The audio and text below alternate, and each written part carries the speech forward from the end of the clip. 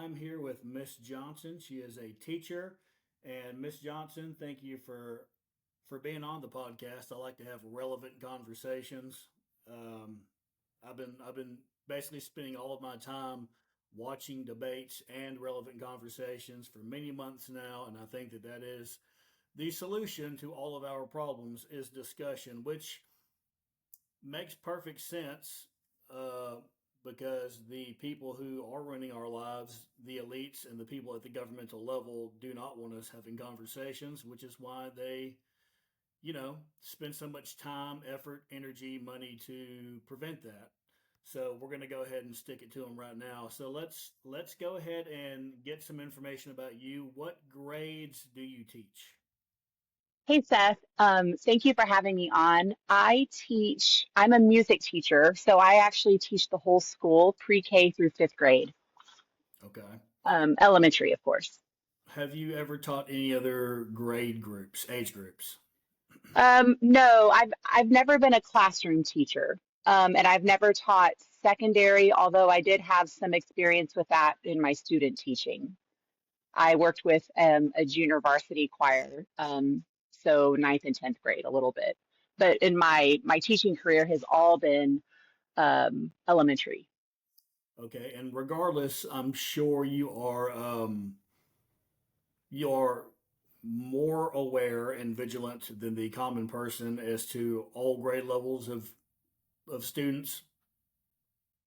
Yeah, I would say so. Being having exposure to them on a daily basis, 180 days a year, I think I have a little bit more understanding of those age levels. I don't want to say grade levels when we're talking about kids, but I think I have a pretty decent grasp. Then I'm a mother myself, um, so I spend a lot of time around kids. Okay, well, that's good enough for me. That's the information I think everyone needs to know. So I got some questions that I wrote down, and I'm gonna run each of them by you. There's no like 5 minutes on each question or anything of that nature. I'm just going to ask them. We're going to let the conversation unfold a little bit, and then when I feel like it's been sufficient, I'll move on to the next one. Sounds great. So my first question: what what do you think would be a better system for American education? A public school system or the abolishment of that? And here's the kicker: homeschooling and pods being the alternative. That's a big question. My first instinct is local control needs to return to whatever system is in place. I think there is far too much Washington influence. I think that Texas alone is too big of a state for there to even be one common curriculum dictated by our education agency, let alone for there to be one common curriculum for the entire United States. I am, go ahead. Do you think that ideally, if there was a public education system that was more ran by the states than by at a federal level, do you think that it's okay for each state to completely determine what they do and don't teach and how they teach it?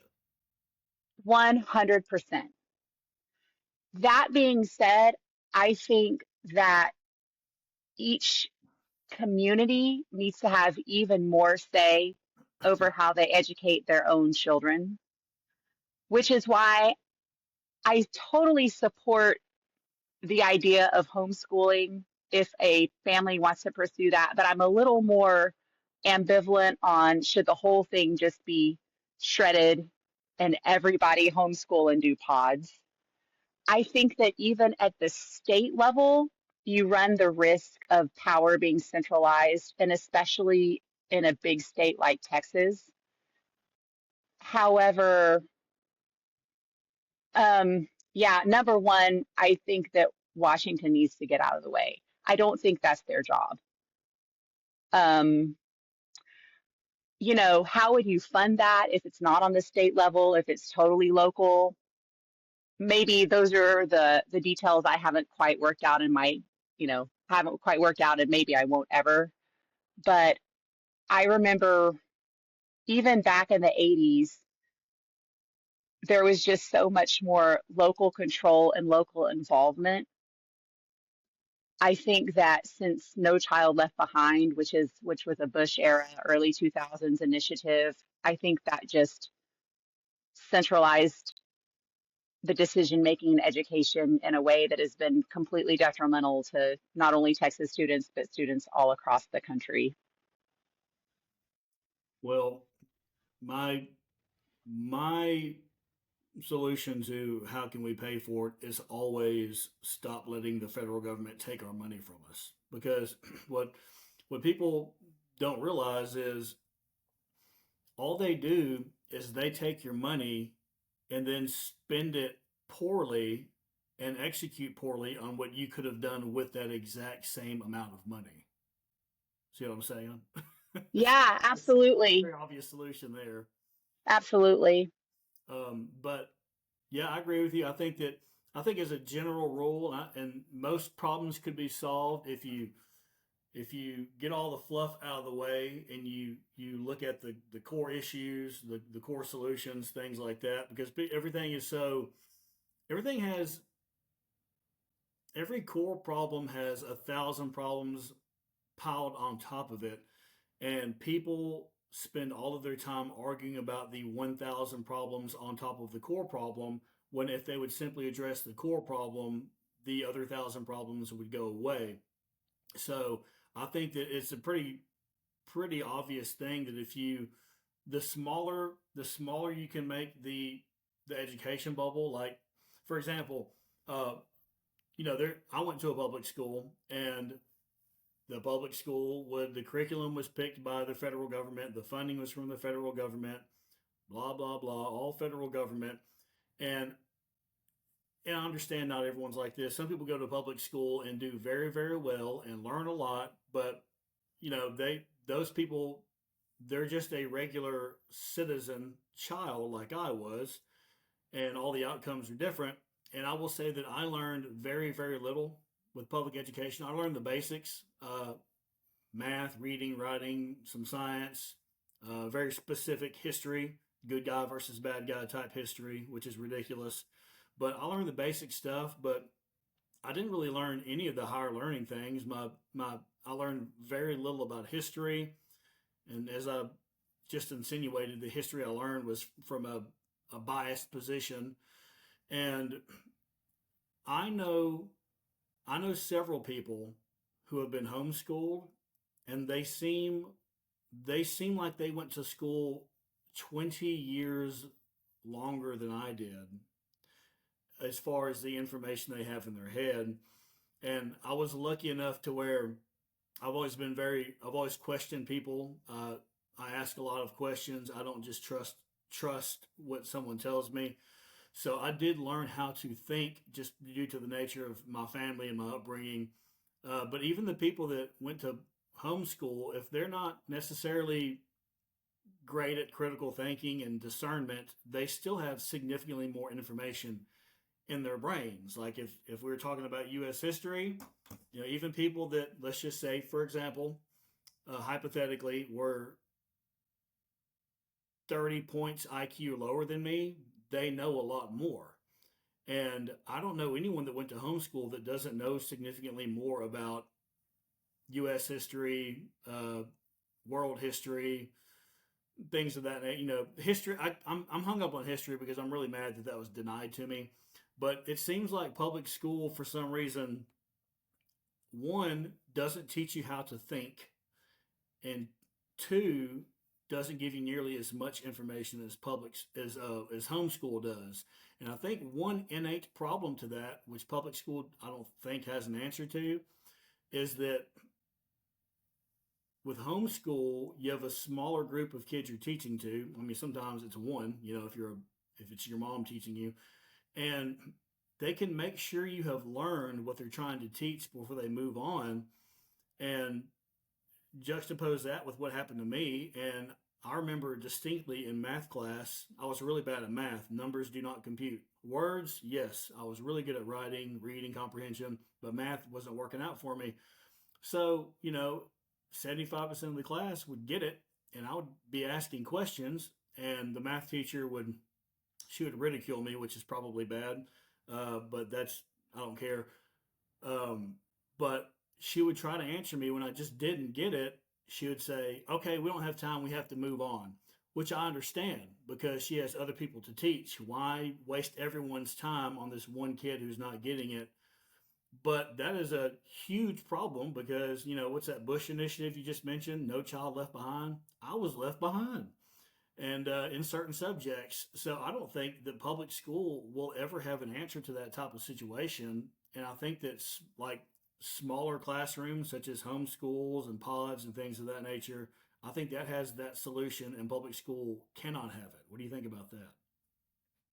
Well, that's a lot to unpack, and I certainly empathize with so much of that because I was kind of always a numbers person, but when it came to the higher maths and the abstract stuff, that kind of lost me a little bit. I'll kind of go backwards. So the No Child Left Behind, which is the most ironically named initiative or It bill, always is.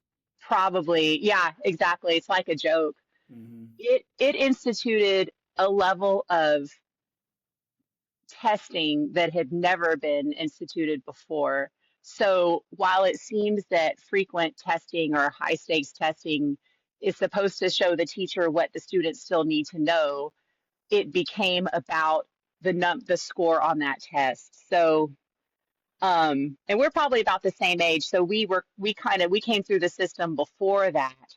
So imagine the kids after us, they had it even worse because now not only can their teacher not really take the time to explain it, now they're on these um, target scheduling targets that they have to hit at a certain time and a certain date.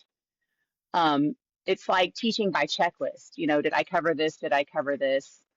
Um, I would say regarding the pods, and you're right, the reason that works is because it is a smaller amount of kids. I mean, everybody knows that small class sizes are what students need to succeed. However, the funding is by economy. It's like Costco. The more kids are packed in a class, the more money the school gets. So it's totally counterintuitive. There's that point. And I also think, I wonder if we could be so innovative in this state as to a big city like Fort Worth or Dallas or Houston doesn't have to have one school district. Could we divide up our city into smaller districts with real local control so that students on the west side of my city who have different needs because of their demographics, they can be catered to, and the kids on the east side and the kids on the north side, because all of these areas of our city have different demographics, different income levels, different languages. Could we just abandon the idea that we have to be under the same umbrella just because we're in the same city? And could we be really innovative about making like almost like school district pods to where it would still be a building? Because the fact is that not there's never going to be a time when every family is going to want homeschooling or feel like they can do that. So I think there's always going to be a need to outsource education, but maybe if we look at it more in the one room schoolhouse setting, you think about the pioneers when they would set up a town, and then they needed a teacher to come in for a few months when it wasn't the harvest time, and they wanted to teach their kids how to read and write. Maybe the parents themselves didn't feel equipped to do that, but they would hire a teacher, and she would teach the students of all, many age levels in one room. And that was a community saying, this is what we want our students to learn, and this is how we want our students to learn it. Right. You know what I'm saying? So, I mean, I'm not saying that we'll ever go back to that exactly, but the community needs to somehow either be empowered or or realize that they need to care enough to ask for that. I think there's kind of been a cultural shift, and I don't mean like ethnic cultures. I mean like ways of thinking culture where, well, I just send my kid to the school and that's just their job and I don't have to worry about it. But even I think parents of all education levels need to realize that they do need to worry about that. And even if they're not the ones directly teaching their children, they need to be they need to feel empowered enough to say, this is what I want with my tax money that I'm spending on our public education. I don't know if that answers your question. So, are you essentially saying that we should that the school districts should be broken down into much smaller clusters and have more autonomy? Yes, I think that would be amazing. And I don't see any reason why, because the Texas Constitution, the only thing it says is that Texas shall institute a system of public schools. It doesn't say that it has to be by city. It doesn't say anything really. It's very vague. It's not vague. It's very broad. That's what I mean. Well, you brought up the Texas Constitution. I I believed for decades. This is going to be a little off topic, but I believed for decades that the Constitution was like the Word of God, like unchanging. That it was written there, like nothing we can do about it.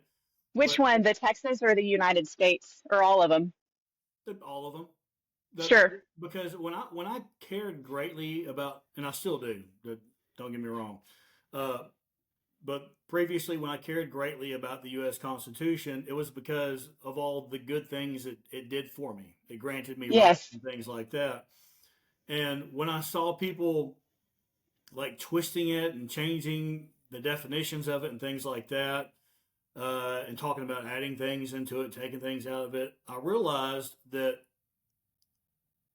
the and I've also heard other people speak on this matter that made perfect sense. The constitutions are whatever we want them to be. So if Yes. everyone today, or a vast majority, 80% of the country, if everyone today agreed that we must remove the Second Amendment of the Constitution, no more guns, like we don't get struck by a bolt of lightning for doing that. It just happens. That's the new Constitution. There's nothing stopping us from changing things like that. So I view constitutions differently now. I guess, and it's not just me. A lot of people are kind of getting fed up of our country being used by other people from around the entire world to make things the way they want it to be. And Yeah.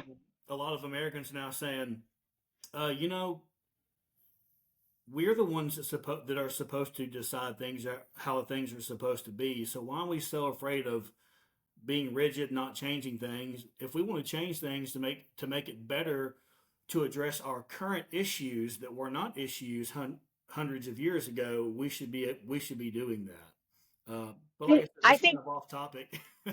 well, it's not really. I think you really bring up a good point. So, because it would be an amendment, right? I mean, we have, for example, the United States Constitution. We have the Constitution, and then the first 10 amendments, the Bill of Rights, were like, oh, we forgot to add this, you know, Right. so they were added on, of which the Amendment is one of those. And God willing, it never happens. If somebody proposed a constitutional amendment to repeal the second, that's perfectly within And yeah, it's whatever our people decide. That's right, exactly right. what it is. And furthermore, So, like I said, sorry to cut you off, but no, no, no, go ahead. um, the Second Amendment is the right to bear arms shall not be infringed, but it's been being infringed upon forever. So Right. even the things that are written down in the Constitution, people still just ignore it. So it's the Constitution's great. It gives you kind of a foundation to stand on. Like, look, it's in the Constitution. If you want to change something, you have to change the Constitutions. Um, but at the end of the day, it's really the will of the people. And if we don't start imposing our will and stop looking at these rules and regulations that other people are breaking and not getting punished for, you know, at some point you have to fight fire with fire. Right, right, right. Uh, Um, Go I ahead. guess if it refers to education in Texas, I mean that would be the same thing. I've actually I'm trying to find it. I looked up the Texas Constitution and I was going to read it verbatim. Um, but if if we really had the wherewithal with all to change the system, then that would be somebody really enterprising to propose a Texas constitutional amendment. Because our Constitution works a little bit differently. Basically, every law is a constitutional amendment, whereas the United States Constitution, they pass acts of Congress, so they're not. So the Texas lawmaking mechanism is a little big and clunky. That's why when you go to vote, there's so many state constitutional amendments because instead of acts of Texas Congress, we have to make it an amendment. And I like education could function that same way. There could be an amendment about, okay, here it says the public free schools, Article 7, Section 1, support and maintenance of system of public free schools. And then the reason why, and then there's a permanent school fund. So I think it's all about the funding, right? Mm-hmm. So you would have to address that with an amendment. Um, let's see, where am I going with this? I guess if and you're asking about should it just be kind of abolished and totally thrown back to the people? Is that I mean, is that kind of the overarching question? honestly, the question is like, what do you think solutions are? So it's really, you know, Okay. no pressure, but it's all on you. Yeah. Well, I mean, just having been in the system for double digit years, I do really think that the big school districts are too big. I believe in real, and I also graduated from a very small school district. I was Me born too. in the city and then moved to the country. So I spent elementary in a big district. And then I spent my secondary years in a district where the whole school system was on one piece of property. Yeah. So I feel like I was pretty fortunate to see actual local control. For example, bond issues were not just passed. People really thought about, do I want my property taxes to go up so that the school can get whatever ABC facility? And they would vote that down. And at the time, as a high school kid, I'm like, well, we need a track or we need a new theater. And but now as an adult, if you're a farmer and there's been a drought and you don't have the money like you did previous years because your crop didn't come in, you don't have extra money to spend on fluffy stuff at the high school. Does that, so I feel like I understand local control in a way that maybe some other people who haven't been in a small school district understand it. And I wonder how that type of local control, and this is before all the Bush era stuff, so I don't know how different it is there now. But I really think that some type of local control needs to return to even the big districts, and if that means that we need to be divided up, and what that would also do is it would also slash the bureaucracy on the district level, which is there's a lot of money being spent at the central office at big ISDs. Oh, I'm sure. Um, yeah, I mean, it takes a lot to run a big system like that. So you have to hire people and pay people, and they're all, master's degrees and above, except for the administrate. And even the administrators, I mean, like administrative assistant type jobs, they're bachelor's degrees, you know. So I wonder about what it would look like to cut up some of those big districts and kind of trim the fat a little bit, and then just really give the control back to the principals and back because I really think overall that principals they want the best for their kids on their campus, but they have to check boxes. They might have a creative idea of how to solve a discipline problem, or they might get wind of a really good curriculum that's really innovative and more kid friendly, but they can't use it because their hands are tied by whatever the powers that be dictate that they should have. Right. So I guess that would be my answer, would be local control. And I want to say one more thing too about funding. I'm sure you've followed all the voucher stuff. I didn't follow as closely as you did. I'm still somewhat confused about that. So if you could explain that to me and anyone else watching, that'd be great. Well, I don't know if I can really explain it. Um, it sounds like Texas is wanting to move toward educational savings accounts rather than like a voucher is more direct money that goes to the school, and an educational savings account is more money that gets put into an account and then you use it how you want to. But the problem I have with both of those is it still gets funneled through the government first. Um, and if you really want to cut people's taxes, cut their taxes. Let them keep their money in the first place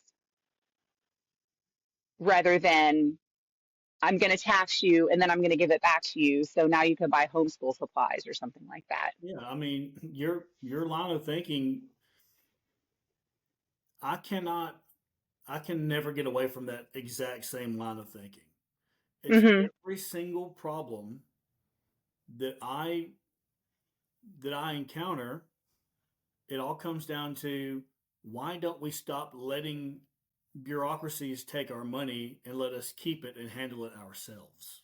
Right, It right, always comes right. the more I think about it, the more that is all pretty much always the solution. Yeah, Well, yeah. I had a a question that popped in my head while you're answering the question before this question, um, and somehow it stayed in my head. But what about those? So let's just say you did break it down to smaller sections or whatever, but this problem could be present regardless, and in fact it is. What about if states like California were teaching the opposite?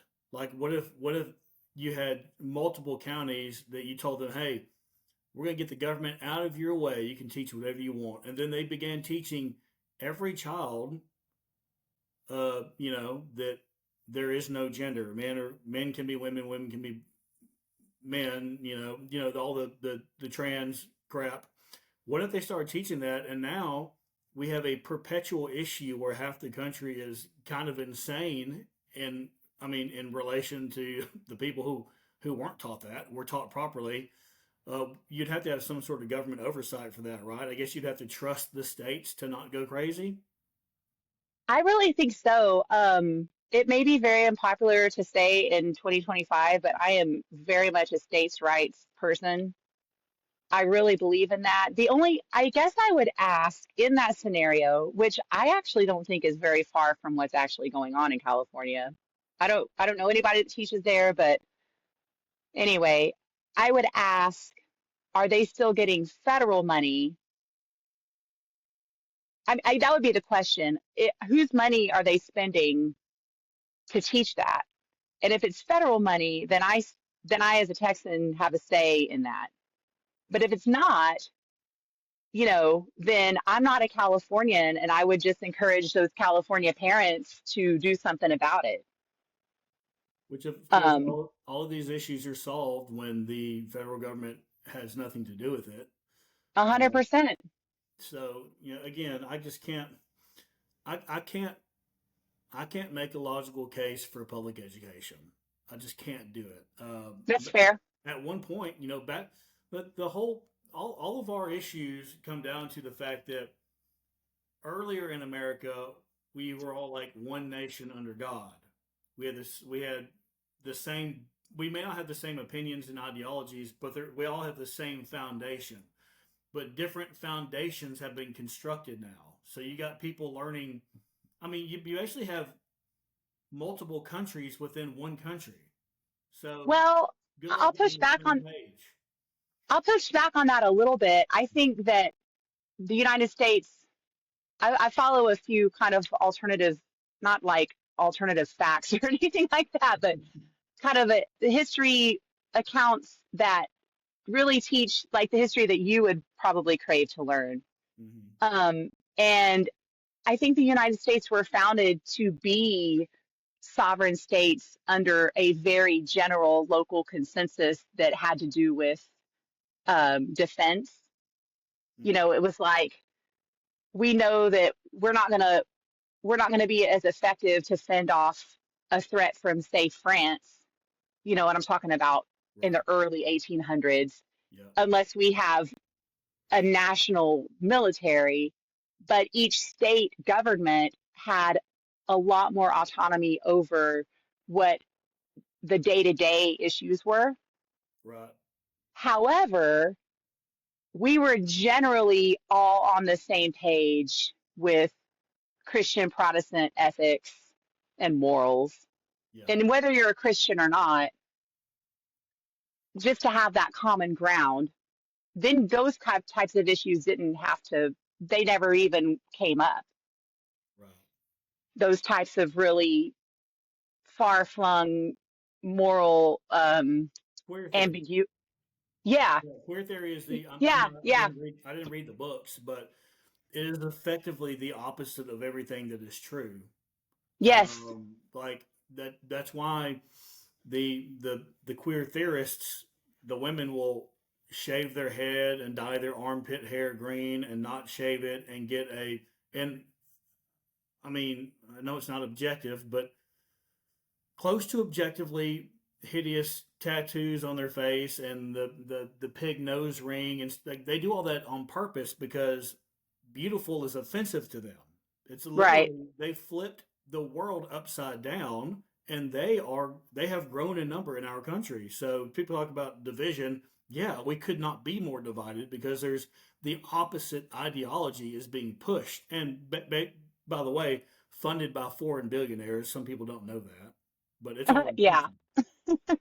Yeah. yeah, that's definitely true. I mean, it's really funny to think about like 250 years ago, people used to argue about whether the Catholics were right or the Anglicans were right. You know, like that was the biggest that was the Yeah, biggest huge issue. controversies.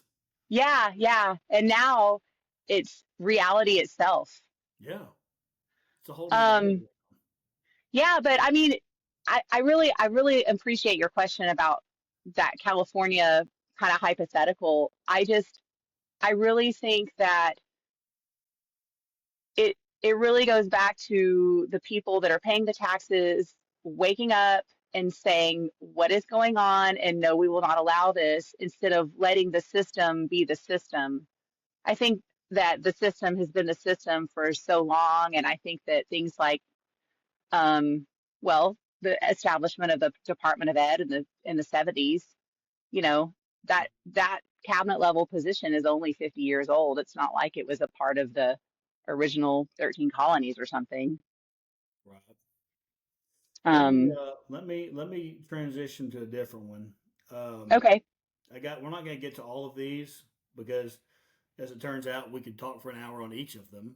Yes, I will move on a little bit. certainly.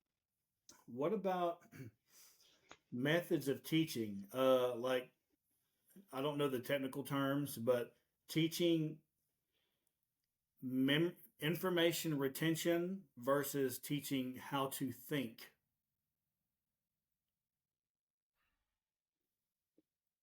Well, you know, I don't even see a lot of because I'm on the elementary level, so this might take me a second. So I'm gonna kind of and I'm music, so my class works as I'm gonna teach you this song by rote, and then we're gonna sing it. It's like Teaching I the teach, fundamental foundations of music. yes, through songs that they will memorize. Hmm. So, well, I guess I'll kind of go at it backwards. So in my subject, I teach songs, and then we have fun with the song, and then it becomes their song. Like they can just sing it whenever they want. Right. And then we learn how to analyze rhythms and pitches and things like that. So then that's the higher level stuff that happens. I I think even beyond what you're asking. I see so much tech. I see so much use of iPads with one-to-one student. I don't even know. There's a lot of gamification of the core subjects that are supposed to be, I guess, practicing their skills, but I don't know if that's really happening or if the students are just feeling entertained. There's just been this big push really since I started, because I came to teaching a little bit later than some of my colleagues, this whole push for engagement.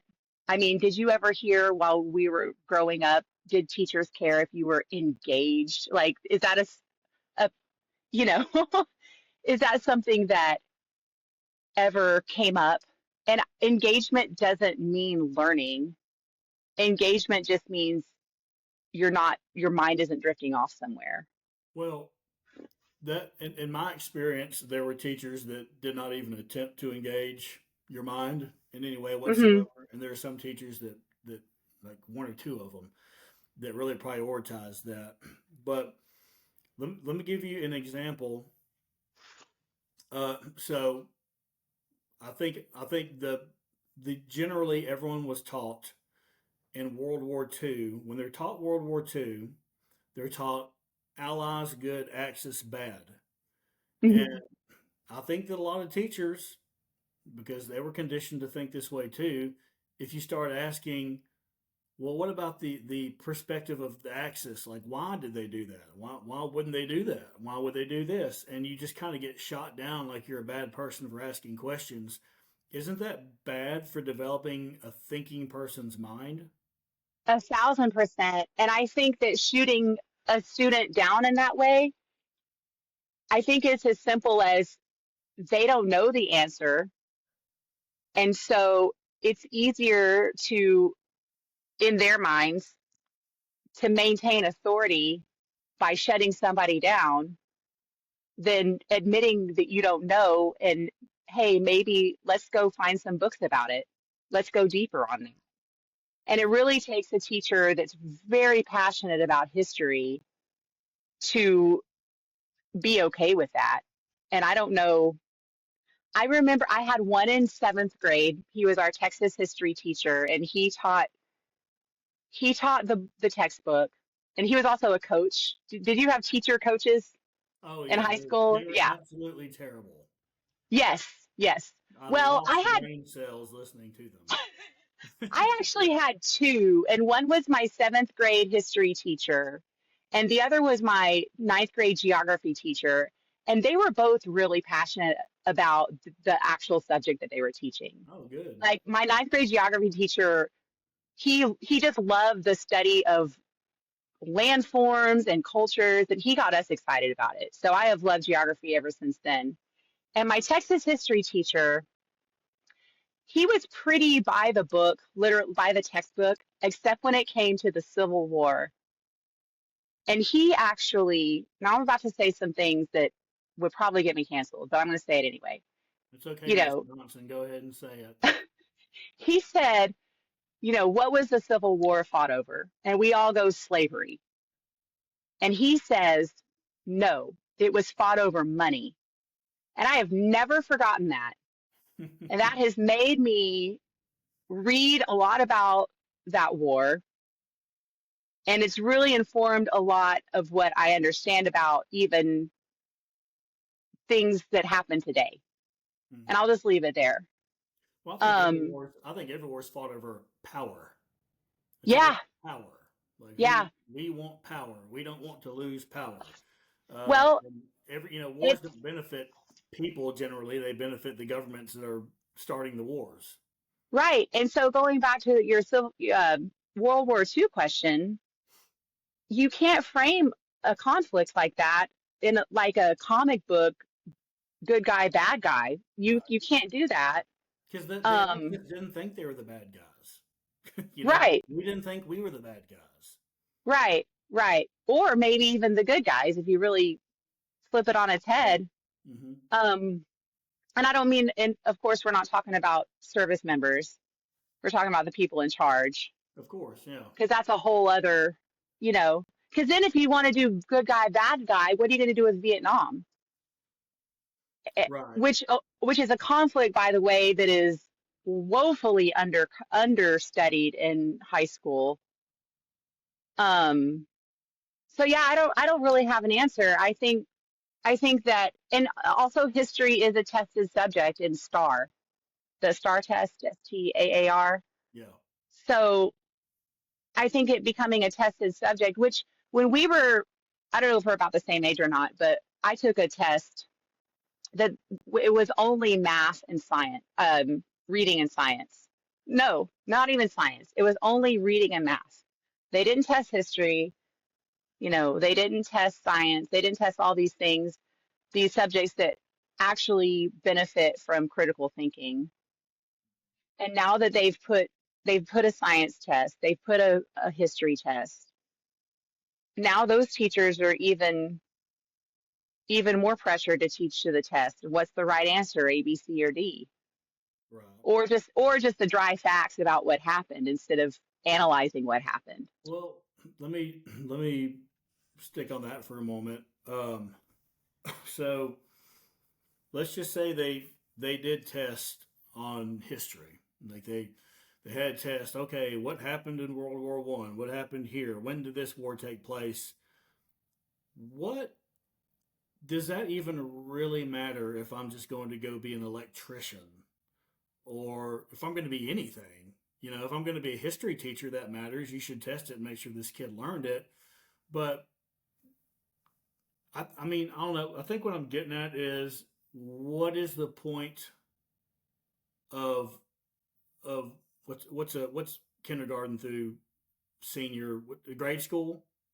I think they just call that K-12 education. Okay, so K-12 Yeah, education. yeah. What is? Let's get down to the very bare bones. What are we trying to do with it? That's an excellent question. I think that if you're just going to test kids on the facts and somebody wants to go be a welder or some other vocation,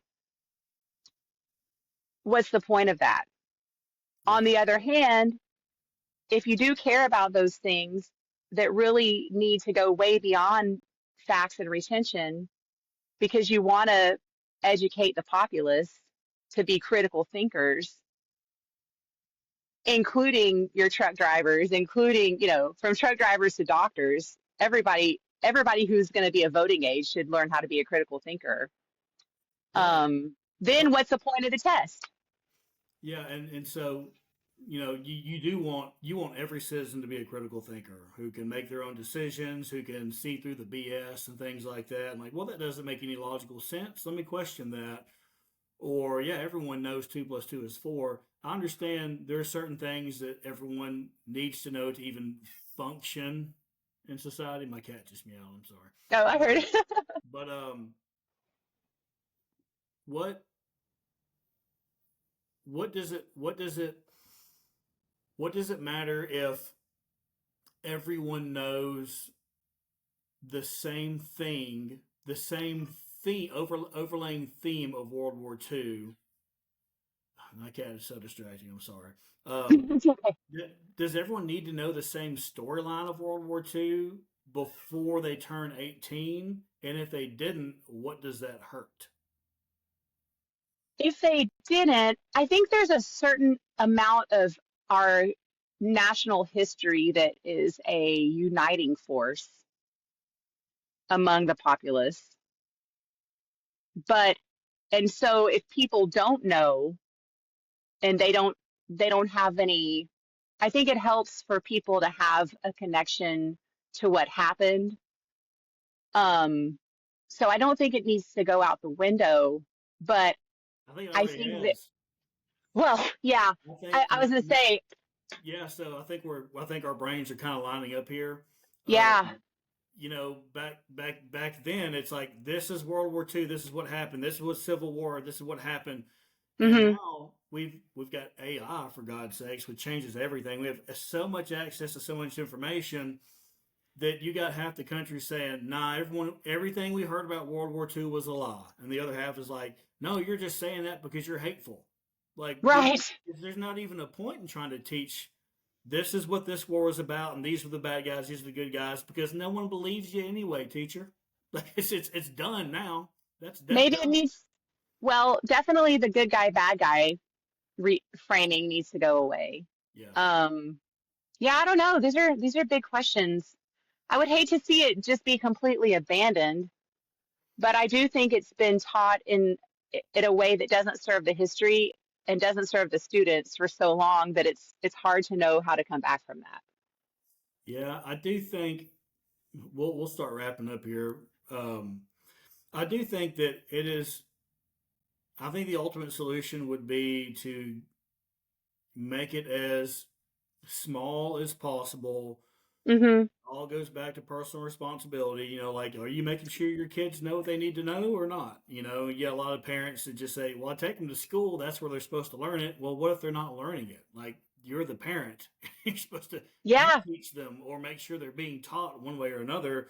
And I do think that these conversations are becoming more, I don't know if futile is the word, because I think that AI is going to revolutionize education anyway, because all the things I was not taught in school, I can open up Grok or Chat GPT and have a conversation with a teacher who knows more than the teacher who taught me. yeah. Well, there's already an AI school that started in California, and now it's opened up in Austin, and they spend 2.5 hours a day doing the course subjects with, I guess, in front of an iPad. I don't know, actually. And then the rest of the day is spent doing what traditionally would be called enrichment, but it's probably like the stuff that kids actually want to do, like hands-on projects, art, music, physical activity, like things that make you feel human. The only issue I personally have with that is I hate to see kids in front of screens for that long. I mean, they have screens so much in their lives anyway, and then you're gonna go plop them in front of, because I was like, for me, for kids like me, I loved math in elementary school. I loved numbers and like I really engaged with that stuff, and I didn't want to looking, if I'm imagining myself as a 6-year-old and then having to stare at an iPad to do that, I'm like, give me a paper and pencil. But Right. but I think you're right. I mean, I'm not gonna lie, I use Chat GPT for all kinds of things. It's a great sounding board. I, yeah, I Well, don't know. I was gonna I say think initially small.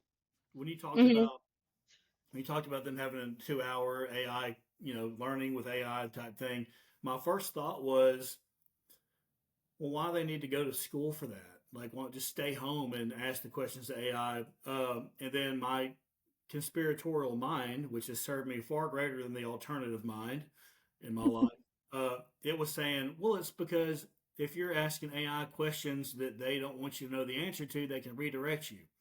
But, Ah, but which is true. I mean, they technically yep. they've been doing that to us forever, and just not with AI.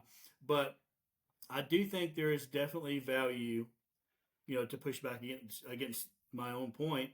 There is definitely value of everyone going to a building and interacting with each other and things like that. That's something that is one of the few things that I think a public education, not necessarily the public education we have, but a form of public education is very important for, because if there was no public setting, no pod, no school, no private school, and every single parent was just putting their kid on an AI and saying, go ahead, have fun, learn everything you can. Well, they may learn a lot. They may learn more. They probably would learn more than they would learn going to school. But what does that do to us as humans, having never interacted with people, having never seen? It was a big deal for me going to school every year and seeing the girls develop. A I was like, hundred I percent. was like, oh my God, she looks way different, and I like it more. Like, Yeah, if you you never, gotta. yeah, that's important. The human element Yeah, of interacting at school. yeah, I 1,000% agree. And I think that even, I mean, I keep on going back to the pioneer days, even if they didn't have a one-room school, even those people that didn't have they didn't send their kids to the school because their kids were working in the fields, They Hmm. congregated once a week at church and saw each other. So Community. yeah, community. Hmm. Um, so I guess to bring it back around, I mean, that's why I'm so passionate about local control and local decisions, local community. Yeah, I Um, think that's the glue that holds us all together. I yeah, could very easily say, man, public education just as a concept in an undivided country makes no sense. It's stupid. We shouldn't do it. But you do have to have humans interacting with humans from an early age, and I think that at the very least that serves its purpose. Miss Johnson, my battery on my computer is dying, and we're coming up on an hour. So, would you be willing to do this again at some point?